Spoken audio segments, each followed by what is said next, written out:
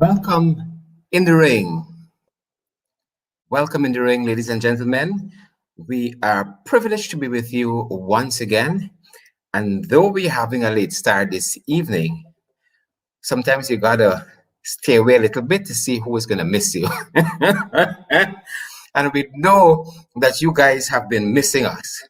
And so we are here with you with another program of In the Ring. I'm your host, Sherrod Duncan, and I'm going to be taking you through the pieces this evening. And we are so glad to have so many of you on with us. We are going to be joined by Member of Parliament 𝗪𝗵cie 𝗶𝗴𝗵𝗁 right off of the bat. And we are really and truly happy that so many of you are joining us across so many platforms. I know some of you were getting a little worried. And let me bring my guest on right away without any further ado. Ladies and gentlemen, we have Member of Parliament 𝗪𝗵cie 𝗶𝗴𝗵𝗁 with us this evening. Ganesh, how are you doing? Hi, Sherrod. Good night. Good night. I'm doing well. Yes. I was just Everything is going well. apologizing for your late start. I'm thinking of. I'm going to think about accepting that apology. So we apologize to you, our guests. We apologize to everybody else. We were having some technical setback behind the scenes. But as I was saying, sometimes, Ganesh, you have to stay away a little bit to see if folks are going to miss you. And I know that there are many folks that missed you because I received some messages asking me where is that 8 o'clock in the ring. So I said to them, hold the line, it's coming. I like that. Hold the line, hold the line. Ganesh, this evening we are discussing all things local COVID. That is where we're beginning the discussion from. And as you know, all those persons who are joining us, we always ask that you share the live stream. If you're joining us on Twitter, that you reshare, that you retweet rather, and you click like. If you're joining us on YouTube, you click the subscribe, and you also can like or love there on YouTube. If you're sharing us on Facebook, if you're joining us on Facebook, share, like, whatever emoji you want to use. Well, we know it's only one set of emoji the fraudulent PPP and their supporters like to use. Nonetheless, we welcome all. As we keep saying, you don't have to be a member of the APNU, AFC, WPA, revolutionaries from UG, or Ganesh. What was the name of your party on campus? Student Movement. Student Factor. So you can be a revolutionary. You can be a Student Factor member. All are welcome under the big. And you remember Colin had the USA, United Students Alliance. I remember them every now and again. Yes. Student politics was wonderful. Those were the good old days. We have come through the ranks. I'm thankful and very grateful for that experience on campus, because I think that experience is what set the stage to put where I am today. And I'm sure you are also grateful and thankful for that. We had our good old times. And even though we were back then, we were going at head on with each other. Not once did we ever stay away from talking to each other. I remember we were sitting at the Benab and we were having our little talks and so on. We didn't allow the politics to come in between us, and I think that was a good move on us as young politicians back then. And I think that is what we need to recognize in this country. And Sherrod, today I was out in Region 3. I was representing the leader of the opposition, distributing some hampers to some very vulnerable senior citizens. And I was privileged to see some folks, very ageable, 90s. One was actually 103 years old. And Sherrod, it was so... like, I don't have words to describe the feelings. One was a particular one is a retired headmistress, and Sherrod, I think she is 90 something, and all I could have heard were stories of how she was a good headmistress. What is it that she did when she was a headmistress? How respected she was, and so on. And I reflected and I said to myself, one time you were here, active, involved in current affairs, and the next you are sitting and you're basically awaiting your time because death is Yes. assured unto Yes. all of us. Yes. And Yes. it is so, there's a season for everyone. Yeah. And I Yes. recognize that this is our time. And we're Amen, my shining, brother. yes. We're shining, Amen yes. to that. Amen to And that. there will come a time when we will have to pass the baton Yeah. on to To someone another else, generation. To another to another generation. generation. And Yeah. we must be ready, capable, and able to pass the Yes. baton to the other generation. We must not believe that we are there to stay forever. And I think that is what I'm going through this whole phase and process of my life with, understanding that I'm shining now and you're shining now. And a couple of mornings from now, we will have to pass the baton on to someone else, another generation. Ganesh, I couldn't put it any other way, and that is why we have been trying to do all that we can to represent our generation. And there are things that we have to do that no other generation can do because, as you rightfully said, we are the ones who are at the forefront at this time. The nation has called us forward for such a time as this to represent the people's interest, not APNU AFC interests, all of the people of this country, all of their interests, we represent in the National Assembly and in the national sphere, right across the national spectrum. We are those persons who have been selected for this time, and I'm tremendously happy you have said that. We're discussing all things local COVID this evening. And right off the bat, Ganesh, I saw you made a little notation this afternoon in your Facebook post that the Speaker of the National Assembly is now COVID positive for the second time. Yeah, I noticed that all the newscasts they were saying that they are saying that the speaker is COVID positive again. I think the first time was in September during the budget debates, and I wish COVID onto no one. I COVID based on what I've read because I had not the experience of what COVID feels like. I well, I don't know if I was ever asymptomatic or not because I never really had the test done. But I've read the story of 𝗪𝗵ćie, and I'm saddened by the fact that the speaker is again tested COVID positive. Honestly, Sherrod, I never read no document, no letter, no opinion, no doctor's report that a person can become positive in such a short period of time. Mhm. So if it is What has possible your and the research speaker is the suggest? first, I didn't get that. What has your research suggest, Ganesh? No, but I read and I have no experience in this field, but I read that when you get COVID for the first, that your system is basically immune to it. Yeah. But that doesn't mean that you should not take the necessary precautions still. But that's what I read. But I don't know if indeed you can get it a second time. But to my knowledge, the speaker happens to be the only person I know to get COVID two times now in such a short period in So the terms of the speaker bad, difference of days. And bad luck is the fact on your Facebook post, Ganesh, you would have said that you are saddened. According to your Facebook post, you are saddened to have learned about the beloved Speaker of the National Assembly has tested positive again for COVID-19. 4 months ago, our Speaker had COVID-19, and here it is again.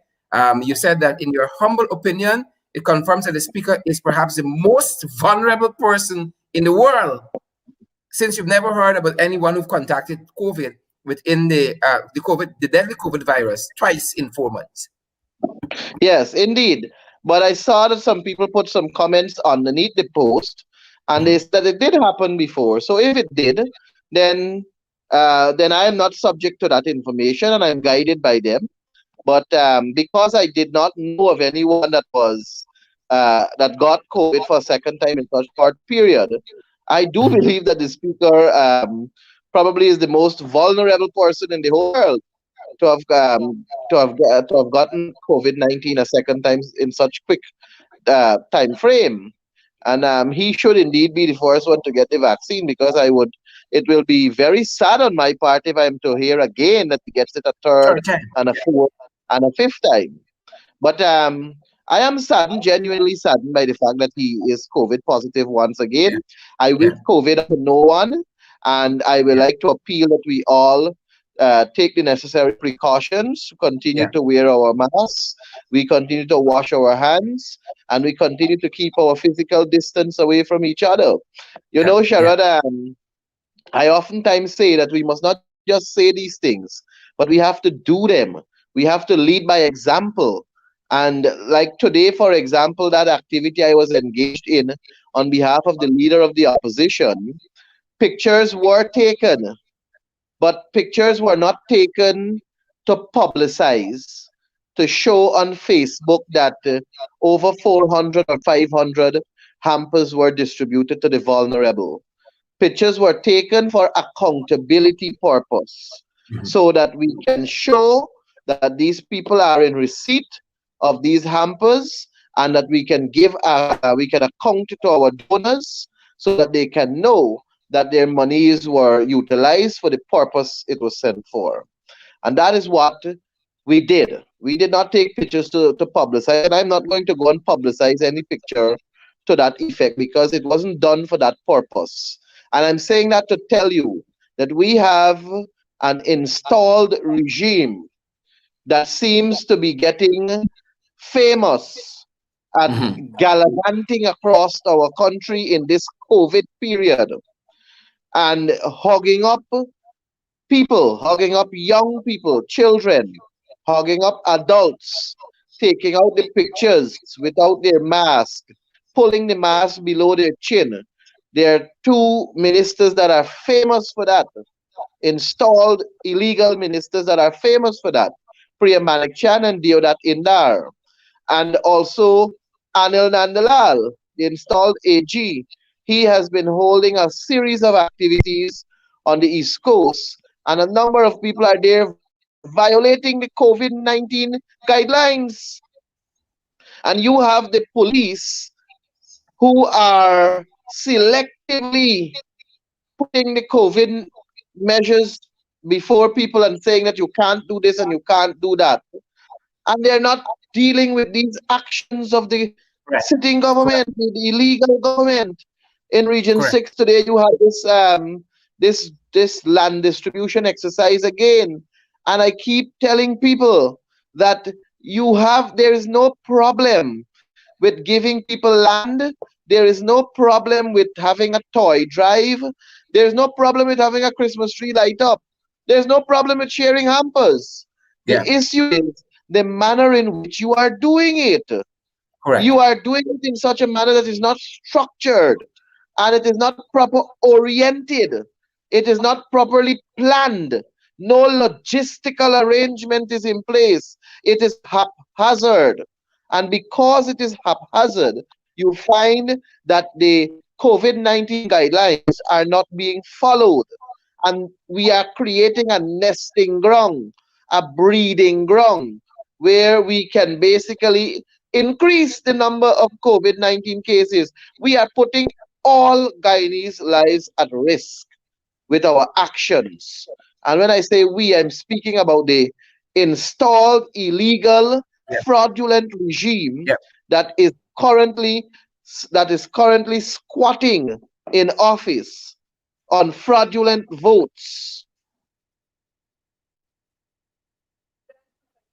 yep, yep, yep. Ganesh, I agree with you thoroughly. As a matter of fact, Ganesh, are you there? Yes, I'm hearing you. Yes, as a matter of fact, they have been very, very, very reluctant to follow the COVID guidelines. I mean, I just want to show members of the public just one instance of that, where we have the very Minister of Education, who seems to not, you know,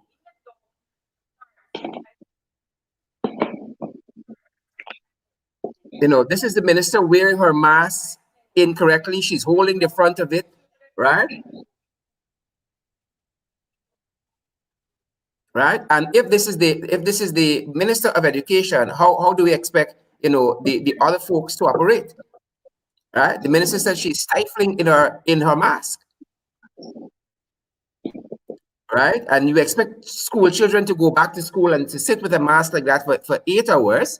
The minister is holding her mask inappropriately. The COVID guideline says you always hold the ends of the mask, and you never hold the front of the mask. Sharad, are you hearing me? Yes, Ganesh. Sharad, the death cases have increased significantly. Under the coalition, we had what, about 20 deaths? And now we have 21 deaths. 160 deaths. Yeah. 21 deaths we had in 5 months, March, April, May, June, July, 5 months, 21 deaths. And you have an equivalent here, August, September, October, November, December, an equivalent 5 month. And the death number now is 160, what, 61, 62, somewhere Yeah. along that line. So you had over 130 or more people, 140, about 140 people that died in 5 months with the PPP. And you had 21 people that died in 5 months with the Yeah. coalition. How did they account for that, Ganesh? How did they account for that? And here how foolish the installed regime. They're very foolish. We are doing more testing. And because we're doing more testing, the numbers are going up. Well, therefore, I have to be afraid to go and test. Yep. Because if you are telling me that the death rate is increasing because of increase in testing, is you killing me then? Yep. You gotta stop tests. You got to It's not stop true, testing and then people gonna stop right? dying. Because they were So I claiming can't on the approved understand. AFC, no tests or limited amount of tests were being done, but the death rate was 21 in 5 months. And that is what 21 in I'm five saying, months. brother. The coalition had 21 deaths in 5 months, and the PPP got over 140 deaths in 5 months. And their justification is because they're doing more testing. Have you ever heard such foolishness? So you're telling me that the testing is killing Absolute people? madness. Yeah. Absolute madness. And now I'm hearing that there's a second strain of the COVID-19 that has mutated, Yeah. and it is basically Yeah. more dangerous And than the it's the Speaker first of the strain. National Assembly who really told us about that recently. I mean, at least publicly, told us about this new strain, right? Then the Speaker of Yeah, the Assembly has now come down with a second bout of COVID-19. It is anybody's guess how he may have gotten it, family members or what have you, but we know that he had his daughter in the National Assembly recently. He had his wife there recently. It's interesting to see what is happening. Very interesting. I think he said that it may have come because of a family member that visited or something of the sort. So it goes to show that, and I don't know if the family member came from abroad, but it goes to show that we have acted too hastily in the reopening of our airports, and we have basically acted too hastily in the reopening of our economy. Yeah. And Yeah. I have said before in the National Assembly, the human life is very precious and it must be preserved. And we cannot afford to put the human life at risk, because the human population is the most valuable resource of any country. And we must not sacrifice the human life for a quick rich syndrome that the PPP seems to be suffering from. We can preserve the human life. We can ensure that we have proper system in place to guarantee the assurance of the human life, and that can guarantee us long-term richness, long-term wealth. I mean, come Yes. on, because we're putting the human life at risk, you don't know, you could possibly be killing the next scientist that can find the cure, the permanent cure to COVID. You can Who probably be knows? killing the next president of our country. You can probably be killing the next engineer that can devise a machine that can take us to Pluto. You don't know that. So it is better for you to preserve the human life. It is better for you to operate in a manner where you can basically show that you care for the human life, because the smallest of being can be the most influential person in society once given the chance to grow and blow. Ganesh, I noticed since we would have met in Parliament and we would have looked specifically at the government's COVID cash grant mechanism, they seem to have on the defensive with a kind of PR, some additional PR stunts. They're claiming that their COVID cash grant system has been a success. I mean, walk us through. I see them saying $7 billion is now allocated to phase one of the exercise. 153,000 plus households have benefited from the cash grant. 16,000 families have been issued pink slip. As though to be issued a pink slip is a glorious thing, right? And they talked about Region 4. Physical verification is being done, is ongoing. And now they talk about principal household. The cash grant is a one-time payment for principal households. Walk us through whether or not this cash grant system has been successful as the fraudulent PP government would have us to believe. Mr. Duncan, the first thing we have to ask ourselves is what is used to measure that success? How do you determine that a program or an exercise that you have embarked on is successful? You must have benchmarks. You must have boundaries, or you must have an aim. So if the aim is to give every household $25,000 as a COVID cash grant relief for them to buy things and better themselves in this COVID pandemic, then that is your aim. And if that is done, then you can deem it successful. But in order for that aim to be achieved, you have to first know what are your numbers. So the first thing you're supposed to know is how many households are there in Guyana. And every region you could have done an exercise. Now, take Region 3, for example. Region 3 has 14 NDCs. And the NDCs, they have rates and taxpayers. So, 𝗪𝗏 is an NDC by itself, and 𝗪𝗏 is an NDC by itself. And every home or every house pays rates and taxes at 𝗪𝗏, 𝗪𝗏, 𝗪𝗏, all the NDCs, 14 NDCs across the region. So you could have a liaise with your NDC. The government should have engaged their NDC, and the NDC would have provided that initial number that you are looking for. So you could have known that 𝗪𝗏 has 120 households or 1,200 households, whichever one you want to accept. I'm just calling those numbers for you to get the understanding that before you can measure the success of the activity, your initial plan, your initial structure, the manner in which you are going to execute your project, you have to ensure that there are certain baselines, there are certain fundamentals that are achieved.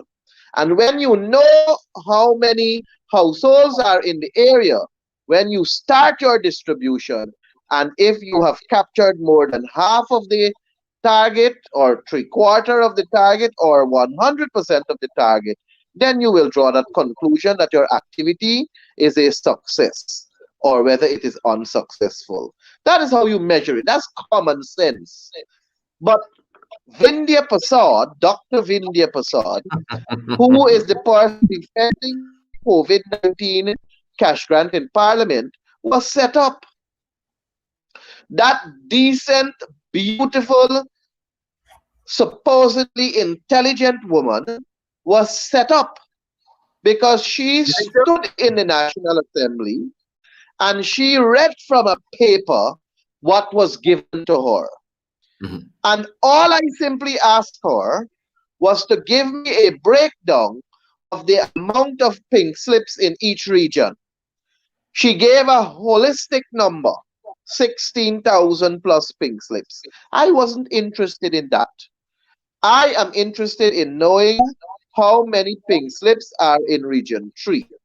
And what I would have done, Mr. Duncan, was to add the 44,000 plus people who have received their $25,000 already. I would have added 44,000 plus and the amount of pink slips in the region, and then I would have been able to know how many people they are targeting But in region 3. but But MP that Mahipal, you and I know that information, Vineyard has that information, but they know if they release that information, it's going to show the Guyanese public the skullduggery that is happening, the corruption and the thievery that is happening.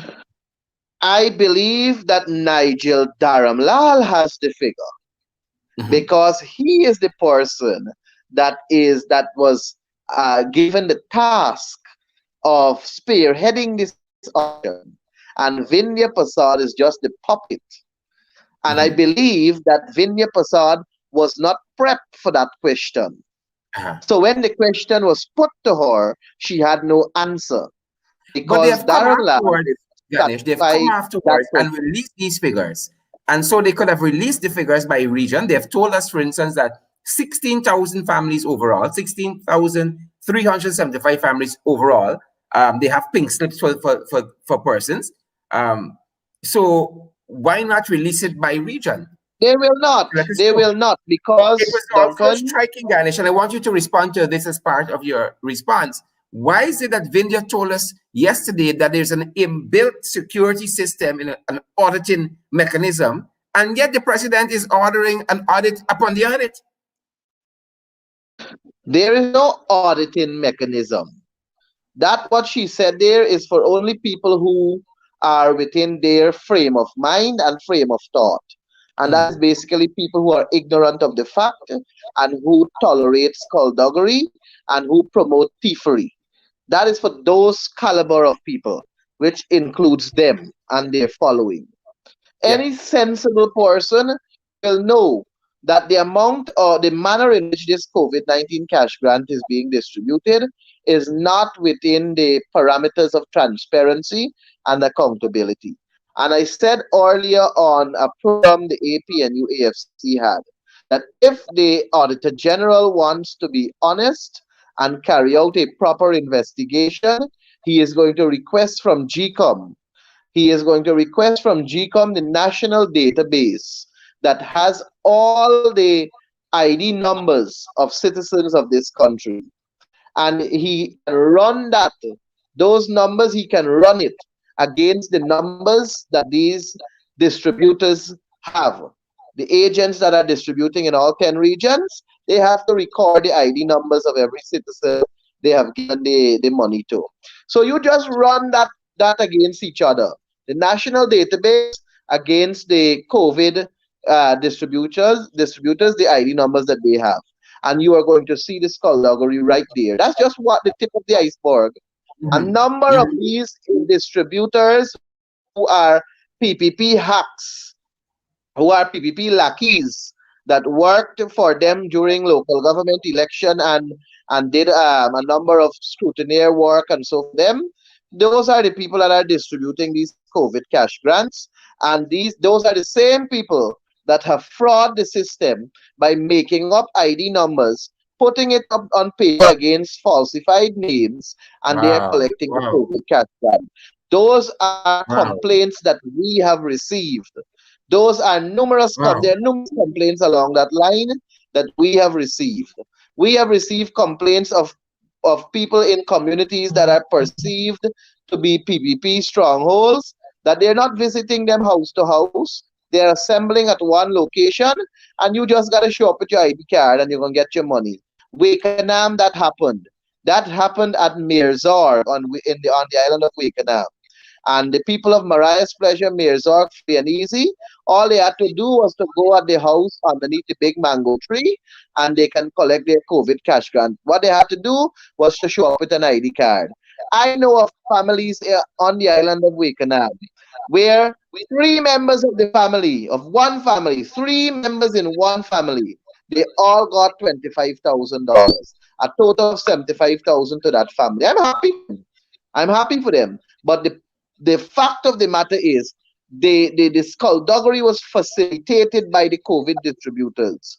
And as much as I'm happy for them getting 75,000 that they can spend on grocery and other things that are important this period, I'm saddened by the fact that two or three other families are left without COVID cash grant.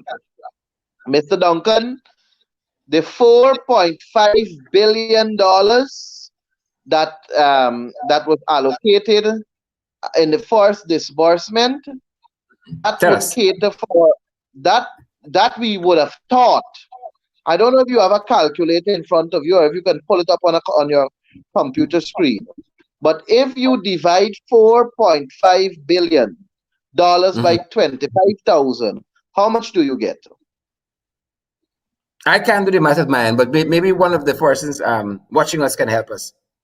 Okay, well, divide Tell the us. 4.5 billion by Tell us, Ganesh. 25,000. No, well, I don't have it off the top of my head too Okay. because I didn't do it, but it's a thought that just came to mind. Yes. And then you have one 2.5 billion that is going to them again. Now the 2.5 billion is targeting 100,000 households because 2.5 billion divided by 25,000 is 100,000. So 100,000 households will be targeted with this 2.5 billion that they just got. And one would have thought that before, when they had the 4.5 billion, that would have targeted somewhere around, I would say 180, 150, 180, 150,000 or 180,000 families. We would have thought that that is the collection that they're looking at. But you know what is it that we did not know? And what is it that we know now? Is that these people who are distributing these monies, they are also paid from this COVID cash grant. Oh my. They are Oh also my. paid from those Well, sums. well, Not you understand one why point. 16,000 people got pink slips and the money finished. Exactly. Now take Region 3 for example. Region 3 has one coordinator for the activity. She is called the regional coordinator, Miss Anjani Sibaran. She is the coordinator for the COVID cash grant distribution exercise in Region What's 3. the related She to has in the no PPP? financial background, no financial background, no qualification in financing and accountability. What she is that I know is a radio hostess at Freedom Radio, Freedom House Radio. I I knew think it it's was what coming. 104 I knew it something. was And coming. I knew it was coming. yeah, she is the hostess for a program that they would have in the afternoon time where they play lovely Indian music. Even I tune in and I listen to the music because I love the music. And then I would send a message on the Facebook Live and I would say, big up to the AP and UAFC, and then I will get blocked. So then I can't listen to this song. And then she will send me a message on Messenger saying that if I do that, I can't listen to it. So no democracy there. But anyhow, I'm coming back to the point.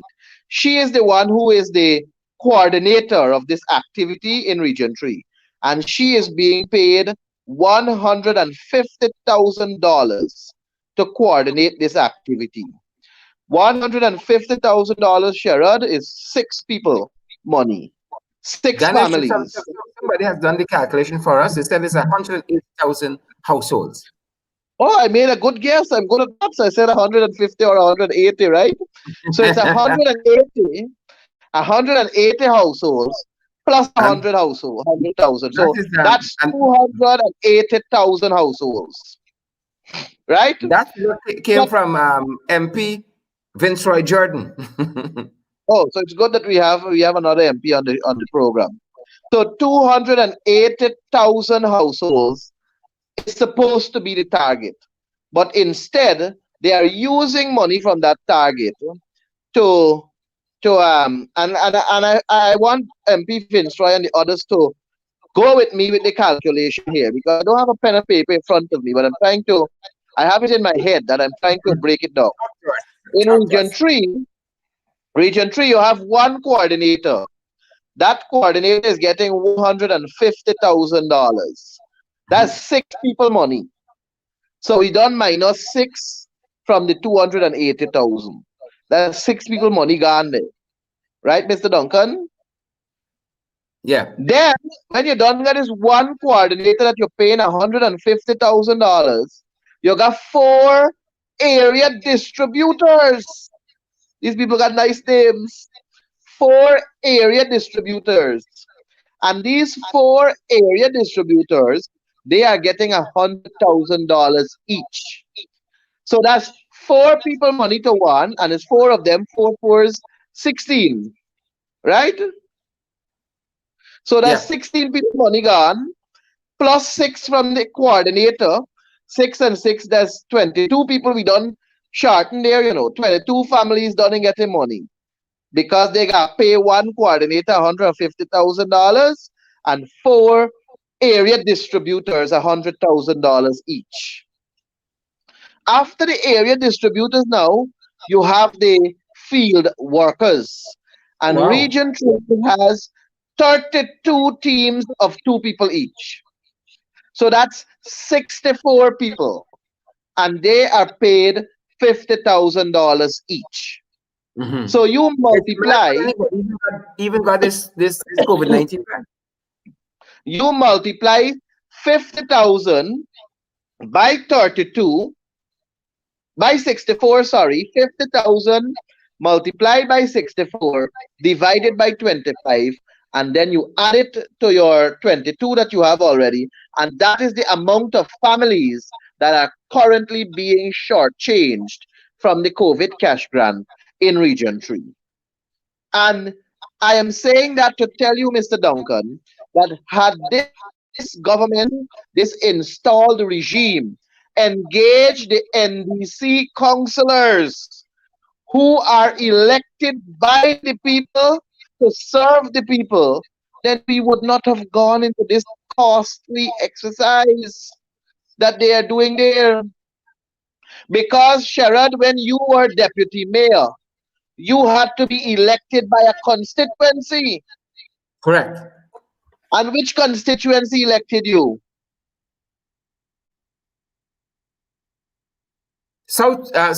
Constituency 14 in Georgetown. Good. So you would be responsible to take the distribution team to constituency 14, South Georgetown, every house, because you are elected by the people. You had to know your people.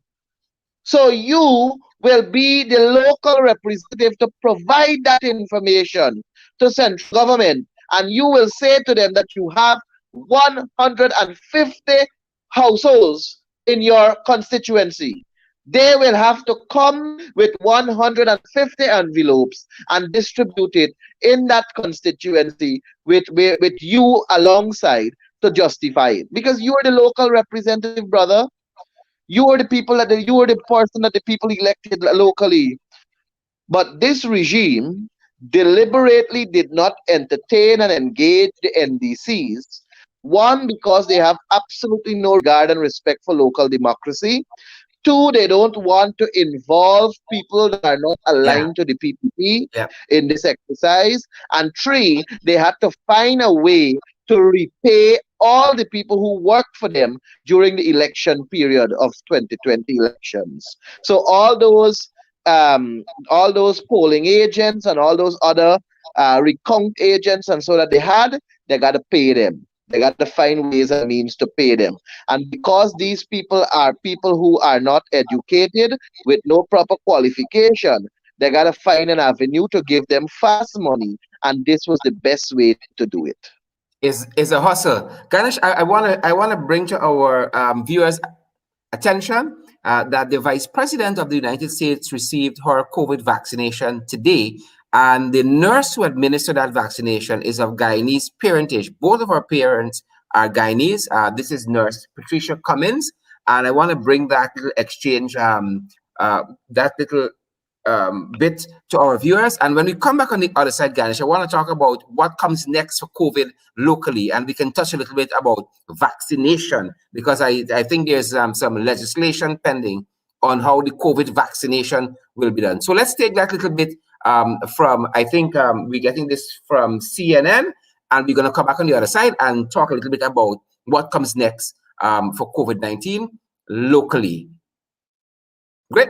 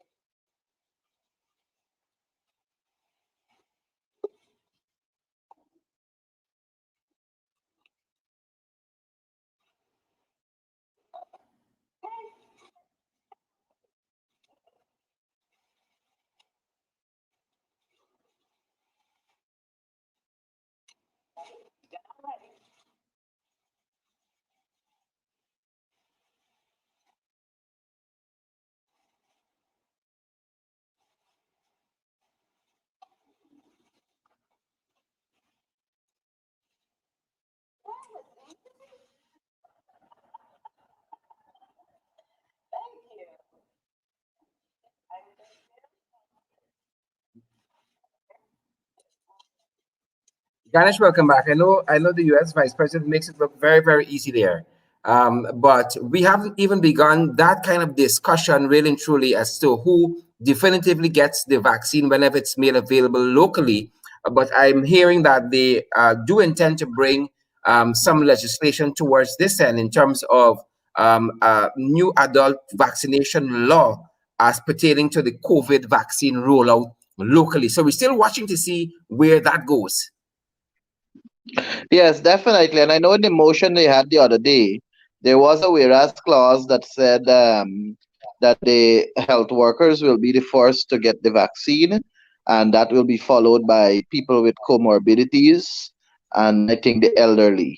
But they still need to give people that guarantee that places like Guyana, a third world country, a developing country, that is oftentimes used as a testing ground for these scientists with these medical vaccines to know if it's safe, because I don't want to know that I'm taking a vaccine which is basically a vaccine that is still being tested to see the efficacy of the vaccine. I don't want to be a part of that.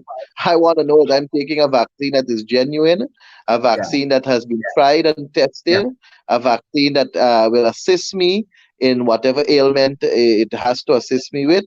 And that is what I want to know. And that I'm entitled to that as a human being. I don't want to know that that our country will be used as a testing site. We are promised to be the third most developed, the third fastest developing economy in the world. And so I want to know that we are put on the right place of the world map. We are not being taken easily or for granted. We're not being ridden like horses or jackasses, and we are treated as we're treated amongst the elites, so to speak. And bring a vaccine that is tried and tested and proven, and then I will take a vaccine. yeah, yeah. Well said. And I think based on what we see happening here, I didn't see in the list of companies that they've reached out to in terms of providing a vaccine, Moderna or Pfizer. I saw some Russian companies and all manner of silliness, and I think it goes to the heart of what you were saying, that the Guyanese people need the reassurance that when they do get a vaccine on local shores, that is a vaccine that has been tried and tested and has come through the rigors of whatever testing system happens at the corporate level, and it's not just somebody friend get a little contract and they're trying to inject somebody with saline water or some foolishness. Exactly, and that is why I think that we have two companies right now that the Madam Vice President elect of the United States of America spoke about, Moderna, and what's the name of the other one? Pfizer. Pfizer. So Yeah. I think that those two companies have proven their worth on the basis that the president elect and the vice president elect have taken their vaccines. And I would love to know that Ghana engage those companies so that we can have those vaccines here Yeah. in Guyana. But I'm not prepared to go down the road of taking any vaccine that comes from Russia, because I know that Russia is Jack Dio's best friend, and I know that Russia is also engaged, based on allegations, is engaged in a series of activities that are unbecoming. And on that basis, I will refuse to take any vaccine unless it is tried, tested, and proven. And I'm saying, as is, those two companies that I see in the US, Pfizer and Moderna, I hope I pronounced it right there. Yes, Those you are. are the two. Those are two so far that have won my confidence, and I'm prepared to take a vaccine from them. And probably I may have to fly out to the US to get that vaccine. But I don't care what law they pass in the National Assembly, they're going to lock me up because I'm only taking a vaccine that is tried, tested, and proven. Well said, sir. Well said.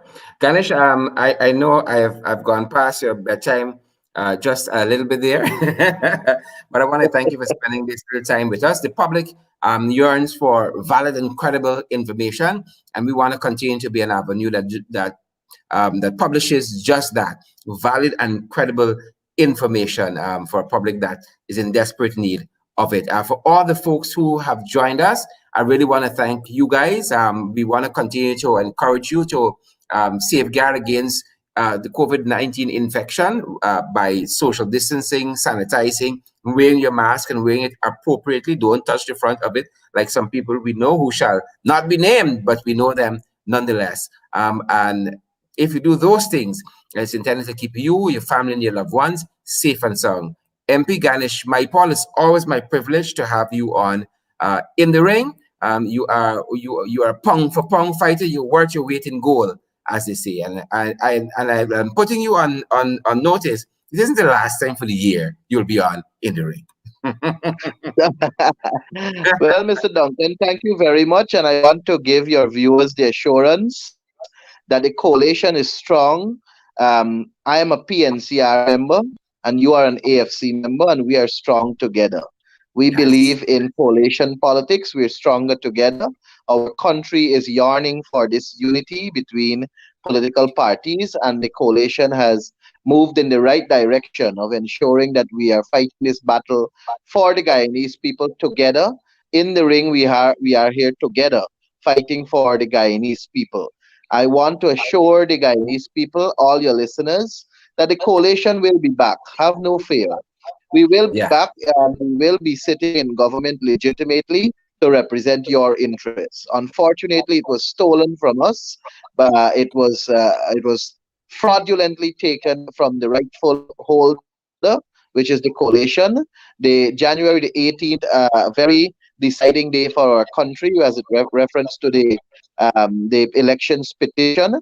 I encourage people to tune in, stay focused, and if the Chief Justice is to dare try and not go in the favor of the coalition, which is the legal way to do it as far as I'm concerned, given that I have seen what has happened at that recount, I was the one who was there. We found it that people that voted. We found the fact that there were missing oaths of identity. We found Right. that there were 49 ballot boxes without any statutory document to validate the votes in the ballot boxes.